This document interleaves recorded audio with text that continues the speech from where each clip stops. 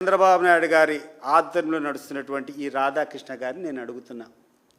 రాధాకృష్ణ గారు, ఇటీవల కాలంలోని ఆంధ్రజ్యోతి పేపర్లో ఎమ్మెల్యేల గురించి నువ్వు రాశావు.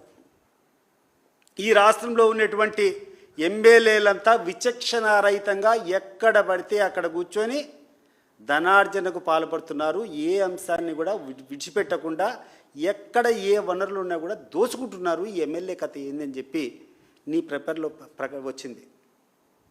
నీకు గుర్తు చేస్తున్నా రాధాకృష్ణ గారు, నీకు గుర్తు చేస్తున్నా, ఒక ఎమ్మెల్యేలే కనపడ్డారా నీకు? మీ యొక్క ముఖ్యమంత్రులు కనపడలేదా? మీ యొక్క ఉప ముఖ్యమంత్రి ఏం చేస్తున్నాడని నీకు కనపడడం లేదా? నీ యొక్క లీడర్ల యొక్క పార్టీ కార్యాలయంలో ఒక అంతస్తు దానికి కేటాయించినారే. ఈ యొక్క అవినీతి కలెక్షన్ కోసము ఒక వింగే పెట్టుకొని ఒక ఫ్లోర్ దానికి దారాదత్తం చేసుకొని బ్రోకర్లు వాళ్ళకు ఉండేటువంటి డబ్బులు రాబట్టేదానికి బ్రోకర్లకే ఒక ఫ్లోర్ కేటాయించి మీరు కూర్చొని డబ్బులు వసూలు చేసుకొని ఈరోజు ఎమ్మెల్యేల మీద నిందలు మోపుతున్నావు. ఎస్, నాకు కూడా వాస్తవం ఇది. ఎక్కడ పడితే అక్కడ ఎమ్మెల్యేలు స్థానికంగా ఉన్నటువంటి వాళ్ళు ప్రతి సామాన్య ప్రజలను కూడా పీడించుకొని డబ్బులు వసూలు చేసుకుంటారు. ఇది వాస్తవం. కానీ వాళ్ళకి ఆ ధైర్యం ఎక్కడి నుంచి వచ్చింది? వాళ్ళకి వచ్చినటువంటి ఆ ధైర్యము మీరిచ్చినటువంటి ధైర్యం కాదా అని చెప్పి నేను అడుగుతున్నాను. ఆవు చేలో మేస్తే దూడేమైనా గట్టున మేస్తుందా? రాధాకృష్ణ గారు, మీరు అడగండి ఈ ముఖ్యమంత్రిని, ఉప ముఖ్యమంత్రిని. ఈ రకంగా ఈ ఎమ్మెల్యేలందరూ దిగజారి ఈరోజు సామాన్య ప్రజలను పీడిస్తున్నారు. ఎక్కడ చూస్తే అవినీతి జరుగుతూ ఉందంటే దీనికి కారణం మీ పెద్దలు చేసేటువంటి లూటీ కాదా? ఈ సందర్భంగా నేను అడుగుతున్నా.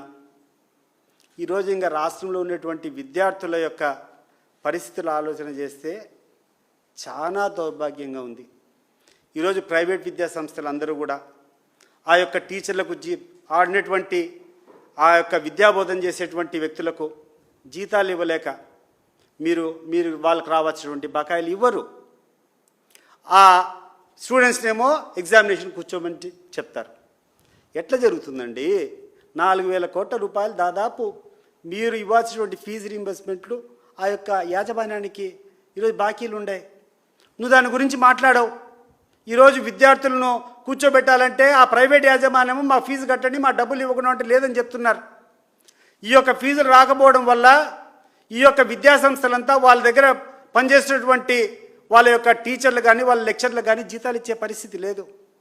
దాన్ని నువ్వు ఆదుకోవాల్సినటువంటి బాధ్యత పెట్టుకొని నువ్వు ఇచ్చినటువంటి స్కీమ్ ద్వారా చేరేటువంటి వాళ్ళకు ఆపాదించకుండా ఈరోజు విద్యార్థులందరినీ కూడా ఒక అభద్రతకు నెట్టేటువంటి ప్రభుత్వం ఇది కాదా అని చెప్పి నేను అడుగుతున్నాను. ఇంత దౌర్భాగ్యంగా ఈ ప్రభుత్వం ఉంటే, ఇంత నిర్లక్ష్యంగా ప్రజల సమస్యల పట్ల మీరు వ్యవహరిస్తూ ఉంటే దీనన్నిటి పక్కన పెట్టుకొని నీ ఉప ముఖ్యమంత్రి ఏమో కూర్చొని సినిమాలు చేసుకుంటాడు. వారానికి ఒకసారి వస్తాడు. ఈ యొక్క ప్రభుత్వం ఖర్చుతో ఈడ ప్రైవేట్ జెట్లో వస్తారు, ఈ నుంచి తీసుకొని పోతాడు. ఆయన కూర్చొని నేను అన్ని హామీ ఇస్తా, ఇది నాది బాధ్యత అని చెప్పాడు. ఏమయ్యా పవన్ కళ్యాణ్ గారు, ఈరోజు రా, ముఖ్యమంత్రి పాలన ఇంత ఘోరంగా ఉంది, మరి నువ్వు కూడా ఆయనతో పాటు హామీ ఇచ్చావు. వీళ్ళు ఇచ్చినటువంటి సూపర్ 6, వీళ్ళు ఇచ్చినటువంటి 143 హామీల్లో ఆయన ఫోటో పక్కన నీ ఫోటో కూడా పెట్టుకున్నావు. ఒక్కరోజైనా నిలదీయకుండా నువ్వు కూర్చొని ఇంత నిస్సిగ్గుగా అతనికి సహకారం అందిస్తూ ఉంటే నిన్ను శంకించాల్సినటువంటి పరిస్థితి ఉందా లేదా ఈ రాష్ట్ర ప్రజలు ఒకసారి ఆలోచన చేసుకో. ఇప్పటికైనా నిద్రలోంచి బయటికి రా.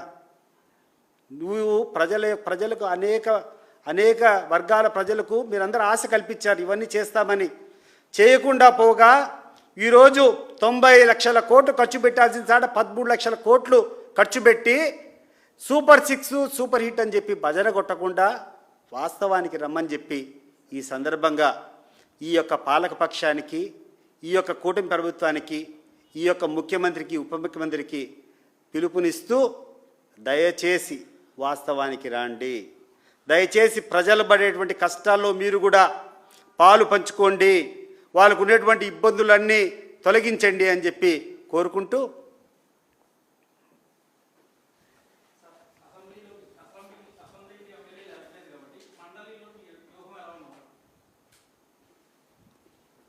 తప్పకుండా ప్రజా సమస్యలన్నింటి కూడా ఏ ఏ కార్యక్రమాలైతే ఈ యొక్క ప్రభుత్వం వైఫల్యం చెందిందో ఆ యొక్క వైఫల్యాన్నింటినీ కూడా ఎండగట్టే రకంగా తప్పకుండా ప్రజా సమస్యలన్నింటి కూడా కౌన్సిల్లో మాట్లాడతాం.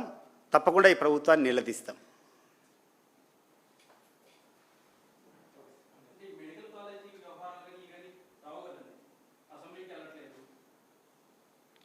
అసెంబ్లీలో మాట్లాడడానికి అనేక సందర్భాల్లో జగన్మోహన్ రెడ్డి గారు చెప్పారు. మేము మాట్లాడేటప్పుడు అపోజిషన్ పార్టీకి ఇచ్చినటువంటి గౌరవం, అపోజిషన్ పార్టీ ఈ రాష్ట్రంలో ఉండేది ఏకైక పార్టీ. 175 అసెంబ్లీలు, 25 పార్లమెంట్ ఎలక్షన్ జరిగితే అన్ని స్థానాల్లో 175కు 175 స్థానాలు, 25కి 20 పార్లమెంట్ స్థానాల్లో ప్రథమ లేకుంటే ద్వితీయ స్థానంలో వచ్చినటువంటి పార్టీ వైఎస్ఆర్ కాంగ్రెస్ పార్టీ. ఇది వాస్తవమా? దీన్ని యాక్సెప్ట్ చేస్తారా మీరు? మరి అది కాకుండా అపోజిషన్ పార్టీ ఏమైనా ఉంటుందా? మరి అటువంటి అపోజిషన్ పార్టీకి 40% ఓటింగ్ తెచ్చుకున్నటువంటి పార్టీకి ఈరోజు మేము సమయం కేటాయించము, మేము అపోజిషన్ పార్టీ స్టేటస్ ఇవ్వడము అని చెప్తే ఏ రకంగా చర్చలు చేయగలుగుతాం చెప్పండి మీరు? ఒక ఎమ్మెల్యేకి ఇస్తే వాళ్ళకి ఇచ్చేటువంటి టైం 2 నిమిషాలు 3 నిమిషాలు ఉంటారు. ఆ 2 నిమిషాలు 3 నిమిషాలు ఆయన మాట్లాడే బదులు ఇక్కడి నుంచి మాట్లాడతాం. మేము ఆడ కూర్చొని సరైనటువంటి సమయం ఇవ్వకుండా, సరైనటువంటి గౌరవం ఇవ్వకుండా 40% ఓటింగ్ వచ్చినటువంటి పార్టీని మీరు అపోజిషన్ కాదు అంటే కన్నా మీ దృష్టిలో అపోజిషన్ ఎవరు ఈ రాష్ట్రానికి?